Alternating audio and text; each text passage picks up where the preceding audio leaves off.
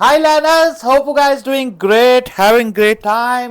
Already guys, हमारे chapter को काफी हद तक हमने कंप्लीट कर लिया. This is the last video of chapter 1. I hope इसके पहले कि आपने पांचों के पांचों पार्ट देख लिए होंगे. आज इस चैप्टर को खत्म करेंगे 15, 20, 25 जितने मिनट का क्यों ना हो. इस वीडियो को लास्ट वीडियो रखेंगे इस चैप्टर का. तो शुरू करते हैं. तो अब हमारा सिर्फ और सिर्फ दो इंपॉर्टेंट टॉपिक बचे. एक है फंक्शन और एक है हमारा कोऑर्डिनेशन. अब अगर हम बात करें फंक्शन की तो कहां से निकल कर आया ये फंक्शन. हमने पढ़ा था कि मैनेजमेंट इज अ प्रोसेस. कहीं ना कहीं वो एक प्रोसेस है जहां पे हम लोगों से काम करवाते कैसे, या तो इफेक्टिवली या तो एफिशिएंटली. एक था टी, एक था सी. मतलब यहां पे मेक श्योर करते थे कि जो भी हमारा टास्क है, जो भी हमारा गोल है, उसको या तो हम टाइम पे पूरा करें या मिनिमम कॉस्ट पे. अब प्रोसेस में बहुत सारी चीजें आ जाती है. सबसे पहले आता है प्लानिंग, फिर आता है ऑर्गेनाइजिंग, फिर आता है स्टाफिंग, फिर आता है डायरेक्टिंग और लास्ट में आता है कंट्रोलिंग. तो शुरू करते हैं. सबसे पहला फंक्शन कौन सा है? सबसे पहला function is none other than planning. सबसे पहला फंक्शन क्या है? प्लानिंग. यहां पे हम क्या बोलते हैं? We are deciding. कोई भी आप बिजनेस करते हो तो सबसे पहले आपको सोचना पड़ता है ना क्या चीज का बिजनेस करना है. सर मुझे कपड़ों का बिजनेस करना है, मुझे शूज का बिजनेस करना है. कहां करना है, कैसे करना है, कब करोगे, सोचना. सारी चीजें जैसे मनी हाइस्ट की सीरीज में प्रोफेसर पहले प्लान करता है ना कि भाई उसको करना क्या है. ये सारी चीजें सोचना, क्या काम करना है, कैसे करना है, ये सोचने को हम क्या बोलते हैं? एक तरीके से प्लान करना. Deciding in advance. वर्ड याद रखना, एडवांस में सोचना क्या करना है और कैसे. हाउ. दिस इंप्लाइज कि यहां पे ही हम अपने ऑर्गेनाइजेशन के गोल्स, यहां पे ही मैं अपने ऑर्गेनाइजेशन के टारगेट, लक्ष्य, एम, ये सबको सेट करता हूं और देखता हूं किस तरीके से मैं अपने इन गोल्स को, लक्ष्य को, टारगेट को, एम को अचीव करूंगा. क्लियर? तो दिस इज प्लानिंग. अब हमने प्लान कर लिया, स्ट्रक्चर प्लान डिसाइड कर लिया. अब मनी हाइस्ट में प्रोफेसर ने प्लान कर लिया था, फिर उसको क्या करना था कि उसको एक स्ट्रक्चर बनाना था कि भाई ब्लूप्रिंट कैसे कैसे होगा, कि 4 टीम होगी, 2-3 टीम होगी. एक टीम अंदर से ऑपरेट करेगी, एक टीम बाहर से होंगे. 2-3 लोग मेरे पास होने चाहिए. मुझे रिसोर्सेज लगेंगे, मुझे ये इक्विपमेंट्स लगेंगे, मुझे ऐसे हथियार लगेंगे, मुझे ट्रक लगेगा. तो अब काम करने के लिए रिसोर्सेज चाहिए ना. आपने सोचा आप रेस्टोरेंट ओपन करोगे, यू नीड अ प्लेस. अगर आप बिजनेस बनाओगे तो नीड अ स्ट्रक्चर कि सर एक होगा सीईओ, बहुत सारे department, production, sales, marketing, HR, अलग अलग डिपार्टमेंट होंगे. इसके नीचे सर 2-3 मैनेजर्स हैं. हर मैनेजर्स के पास 10-20 एम्प्लॉयज है. तो कहीं ना कहीं हमने एक स्ट्रक्चर बनाया. यहां पे हमें क्लियरली पता चल जाता है कि किसके पास सबसे ज्यादा पावर है. सर सीईओ के पास, फिर उसके पास सर प्रोडक्शन हेड के पास, फिर उसके बाद सर मैनेजर और मैनेजर 2. एकदम क्लियरली बता देना किसके पास क्या पावर है. एकदम क्लियरली बता देना कौन किसको टास्क देगा. ग्रुपिंग करना. सारा प्रोडक्शन का काम एक तरफ, सारा सेल्स का काम एक तरफ, सारा मार्केटिंग का काम एक तरफ, सारा एचआर का काम एक तरफ. ये जो हमने हमारे काम को ग्रुप किया, ये जो हमने हमारे काम को एक साथ लेकर आए, उसे हम क्या बोलेंगे? Organising. Of assigning duties, grouping, establishing. कहीं ना कहीं क्लैरिटी लाना. यहां पे ये स्ट्रक्चर बन गया कि कौन कैसे काम करेगा, कहां कर रिपोर्ट करेगा, किससे ऑर्डर लेगा, किसको टास्क करके देगा. ये जो हमने प्रॉपर स्ट्रक्चर बना लिया, इस प्रॉपर स्ट्रक्चर को हम कहीं ना कहीं कहते हैं ऑर्गेनाइजिंग. अब ऑर्गेनाइजिंग हो गया. सर हमने स्ट्रक्चर तो बना लिया. एक प्रोडक्शन डिपार्टमेंट होगा, एक सेल्स होगा, एक मार्केटिंग होगा, एचआर होगा. अब सर यहां पे काम करने के लिए सबसे important, we need to manage employees. तो सर एम्प्लॉयज कहां हैं? ऑर्गेनाइजेशन में काम करने के लिए तो तैयार हो गए, पर वो काम करने के लिए लोग चाहिए कि नहीं?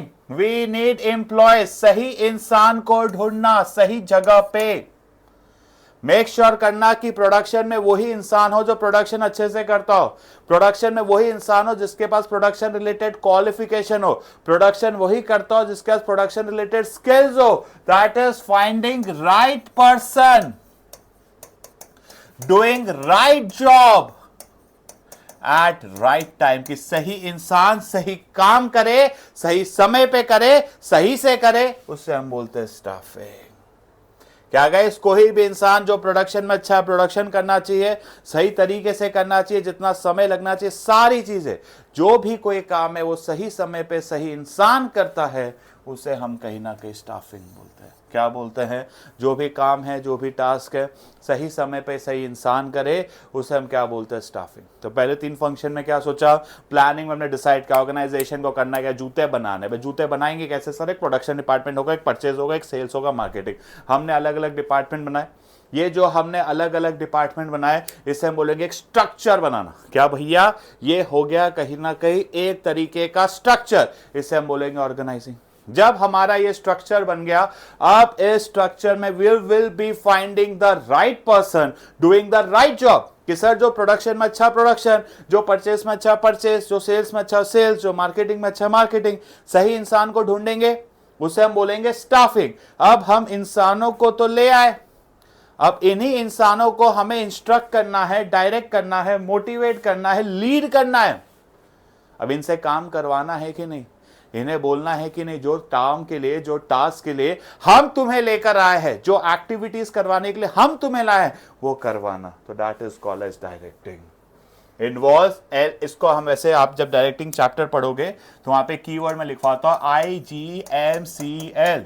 I stands for instructing, G stands for guiding, M stands for motivating, C stands for counseling and L stands for leading। हमें हमारे एम्प्लॉयज को ढंग से कहीं ना कहीं इंस्ट्रक्ट करना है। We need to guide them, we need to motivate them, we need to lead them, we need to console them। जैसे एक टीचर अपने बच्चों को इंस्ट्रक्ट करता है क्या पढ़ना है, एक टीचर अपने बच्चों को जब डिमोटिवेट हो जाता है तो मोटिवेट करता है, एक टीचर उनकी करियर काउंसलिंग करता है, एक टीचर अपने बच्चों के साथ एंड तक लीड करता है, और एक टीचर कहीं ना कहीं गाइड करता है कि जीवन में क्या करना है।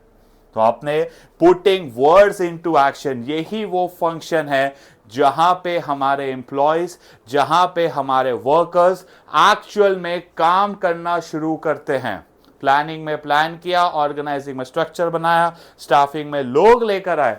ये डायरेक्टिंग ही वो फंक्शन है जहां पे हम मेक श्योर करते हैं हमारे एम्प्लॉयज एक्चुअल में काम करें।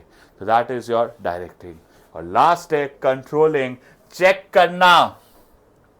सर हम एम्प्लॉयज तो ले आए, हमने एम्प्लॉयज को इंस्ट्रक्ट किया, गाइड किया, मोटिवेट किया, उनसे काम भी करवा रहे हैं। अब हमें यह भी मेक श्योर करना है कि नहीं, जो हमारा टारगेट है, जो हमारा गोल है, जो हमारा लक्ष्य है, क्या हम उसको अचीव कर पा रहे हैं कि नहीं। हमें कहीं ना कहीं कंट्रोलिंग करनी है, हमें कहीं ना कहीं कंपेयर करना है एक्चुअल और स्टैंडर्ड को। देखना है ना कि मैंने अपने एम्प्लॉयज को 1000 यूनिट्स बनाने का टारगेट दिया था, क्या वो इस टारगेट को अचीव कर पा रहे हैं। कहीं ना कहीं कंपैरिजन होना चाहिए कि नहीं। हमें उनको एक टारगेट देना है, लक्ष्य देना, और हमें यह भी चेक करना है कि नहीं दोस्तों, जो उनको टारगेट दिया है, जो उनको गोल दिया है, जो उनको लक्ष्य दिया है, क्या वो उस गोल, लक्ष्य, एम, टारगेट को अचीव कर रहे हैं कि नहीं। कहां चेक करते हैं? कंट्रोलिंग। ठीक है, तो कंट्रोलिंग का मतलब क्या है? कंट्रोलिंग स्टैंड्स, अरे कहां गया controlling? Controlling is the management function जहां पे हम मॉनिटर करते हैं ऑर्गेनाइजेशन के एक्चुअल परफॉर्मेंस को with what? The standard performance. ठीक है, यहां पे हम कहीं ना कहीं अपना एक टारगेट सेट करते हैं, हम अपना एक्चुअल देखते हैं, फिर गैप निकालते हैं, डेविएशन, फिर इसको ठीक करने के लिए हम क्या करेंगे, जो भी गड़बड़ है, जो भी डेविएशंस है, उनको ठीक करने के लिए हम कहीं ना कहीं लेंगे करेक्टिव एक्शन। डन है कि नहीं कंट्रोलिंग? अब कंट्रोलिंग खत्म, आप शुरू करते हैं इस चैप्टर का लास्ट पार्ट, जिसे हम कहते हैं कहीं ना कहीं कोऑर्डिनेशन। कोऑर्डिनेशन का सिंपल सा मतलब है, जिंदगी में एक शादी के बाद हस्बैंड और वाइफ के बीच में कोऑर्डिनेशन होना चाहिए। एक गाड़ी जब चला रहे हो तो चारों टायर्स के बीच में कोऑर्डिनेशन होता है। वैसे ही एक बिजनेस में सारे एम्प्लॉयज, सारे डिपार्टमेंट, सभी लोग सिंक्रोनाइज। जैसे कोऑर्डिनेशन क्या है? ये planning, organising, staffing, directing, controlling. अगर एक मोती है, ये 5, इनके बीच में जो धागा है जो इन सबको साथ में लेके चलता है वो है धागा इज कोऑर्डिनेशन। हमें मेक श्योर करना है ना कि अगर यही मोतिया प्रोडक्शन, परचेस, सेल्स, मार्केटिंग है तो ये सारे डिपार्टमेंट कहीं ना कहीं मिलकर काम करे, प्रॉपर सिंक में काम करे, एक साथ करे, उसे हम बोलते हैं कोऑर्डिनेशन।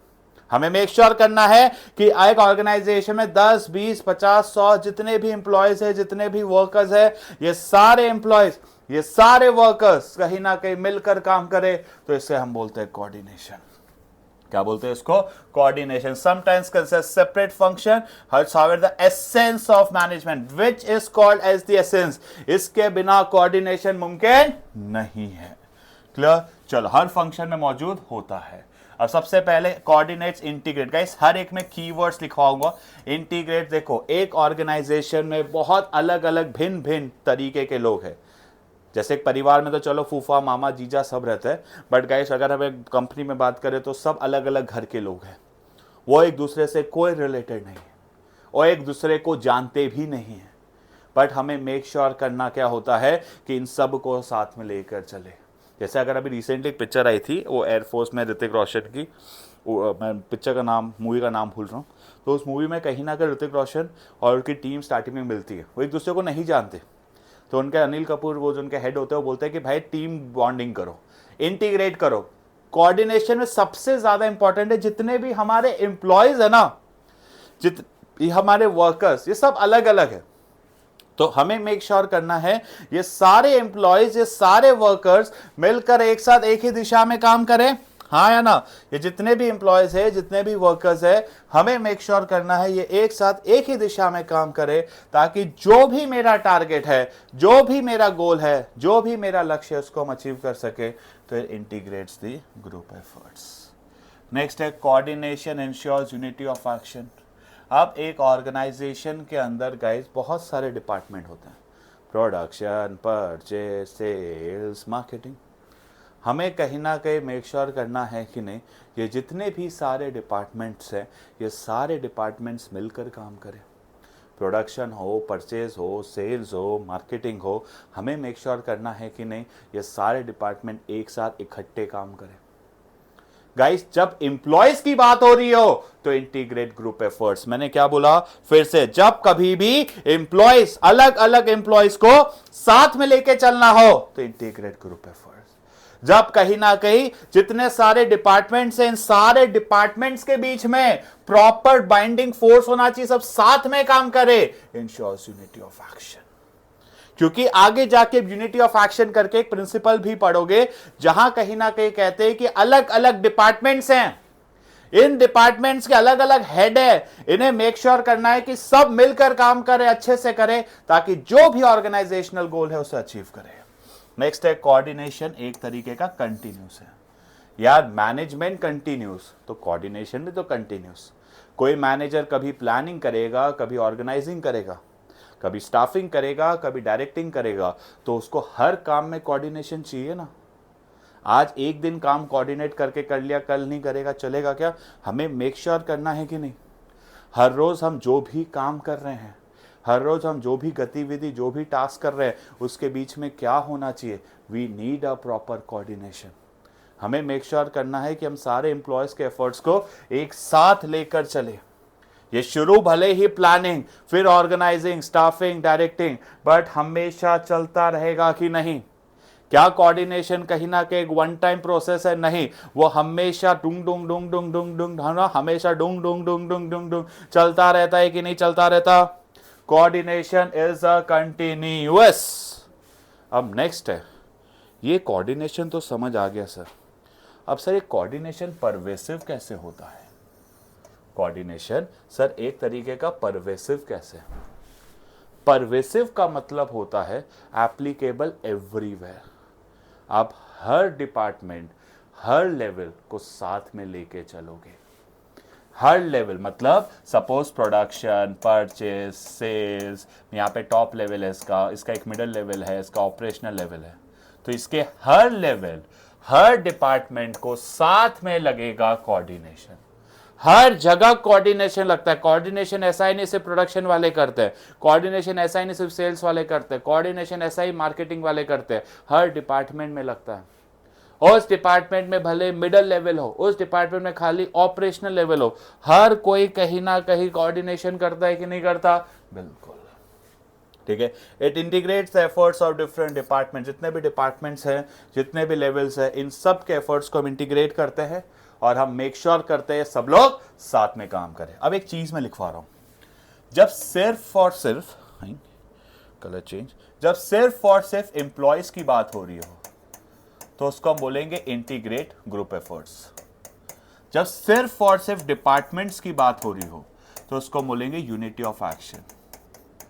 जब कहीं ना कहीं डिपार्टमेंट्स के साथ साथ अलग अलग लेवल्स की बात कर रहे हो कि हर डिपार्टमेंट हर लेवल पे कोऑर्डिनेशन लगता है तो उसको हम बोलेंगे परवेसिव।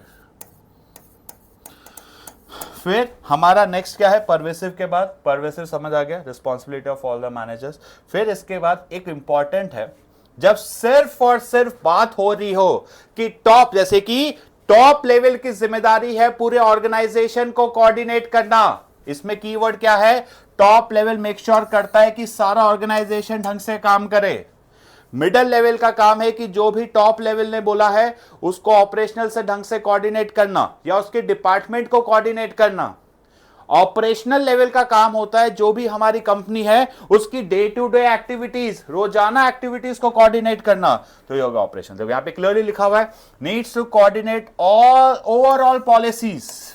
जो टॉप मैनेजमेंट का ऑब्जेक्टिव होता है ना कि जो भी ऑर्गेनाइजेशनल गोल है, टारगेट है, उसको अचीव करना, तो इसके बीच में प्रॉपर सिंक लिंक लाना, ये काम कौन करता है? टॉप। मिडिल लेवल का काम है कि जो हमारा टॉप लेवल है, जो हमारा फर्स्ट लाइन मैनेजर्स है, इनके बीच में क्या होना चाहिए? जो हमारा टॉप लेवल है और फर्स्ट लाइन है, इनके बीच में कहीं ना कहीं लिंक होना चाहिए, वो कौन देखता है? Middle level.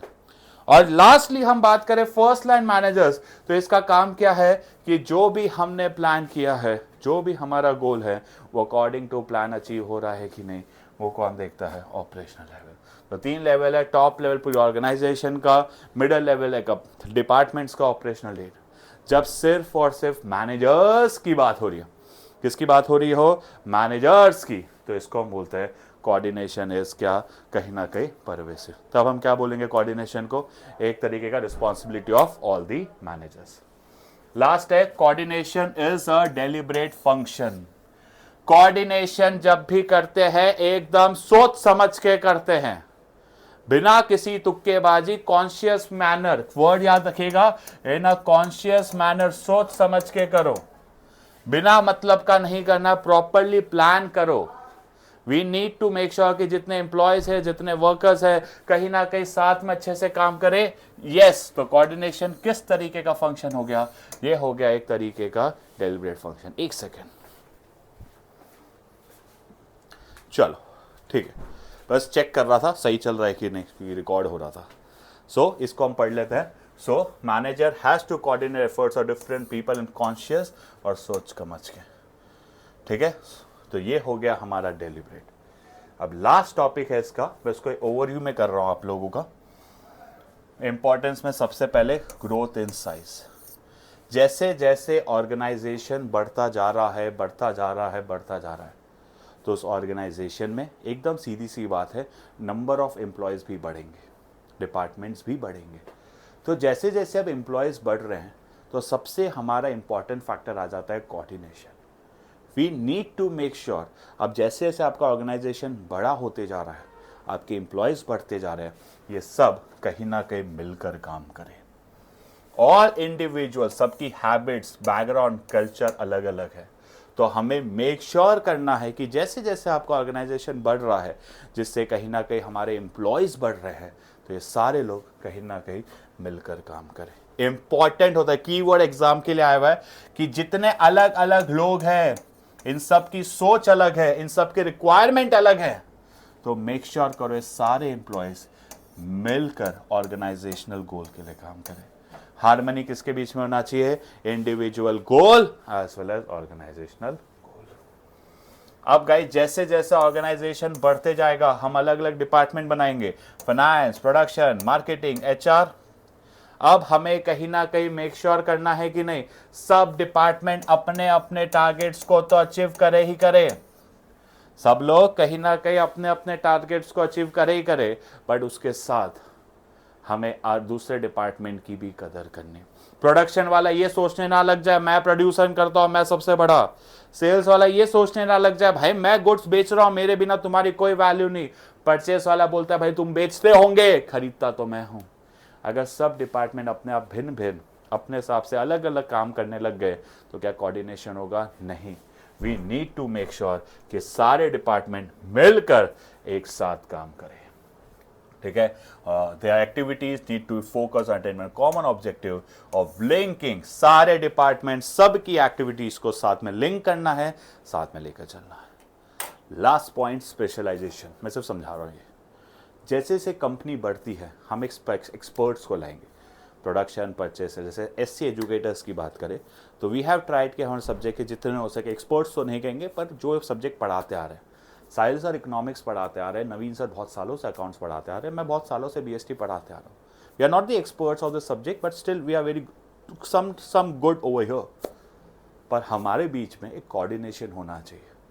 We are working as a team from last 1 month और कोशिश करेंगे कि आगे बहुत और ऐसी मेहनत करते रहे, प्रॉपर शेड्यूल आते रहे, बैचेज आते रहे। अभी थोड़ा आपके इकोनॉमिक्स की क्लासेस नहीं आ रही because right now we are focusing more on accountancy and BST. ये 2 सब्जेक्ट्स को पैरेलली अच्छे से खत्म करो, फिर नेक्स्ट मंथ से आपका इको फुल फ्लेज शुरू होगा, ठीक है। तो अभी अकाउंट्स बीएसटी, कल से इको भी शुरू हो जाएगा। अच्छा लगा गाइस मैंने आपको ये पढ़ाया, अच्छा लगा हमने चैप्टर ख़त्म किया। प्लीज़ गाइस वीडियो के एंड में कमेंट ज़रूर किया करें, लाइक ज़रूर किया करें, सब्सक्राइब ज़रूर किया करें। ऑलरेडी 190 प्लस सब्सक्राइबर हो गए, feeling very good. I hope जब आप साल एंड में इसको देखो 190 10,000 में कन्वर्टेड हो, जो हमारा टारगेट, पता नहीं होगा कि नहीं होगा। निकला एक छोटी सी जर्नी पे, हो भी सकता हार जाऊँ जीत जाऊँ, पर कोशिश पूरी यही कर रहा हूँ कि रोज़ इस ज़िंदगी को जीऊँ, रोज़ हो सकता है कि सब्सक्राइबर ऐड करूँ। तो थैंक यू गाइस सपोर्ट करने के लिए, प्लस वीडियो को लाइक और चैनल सब्सक्राइब जरूर करना। मिलते हैं नेक्स्ट चैप्टर में जो आपका नेक्स्ट वीक से शुरू होगा। Bye guys.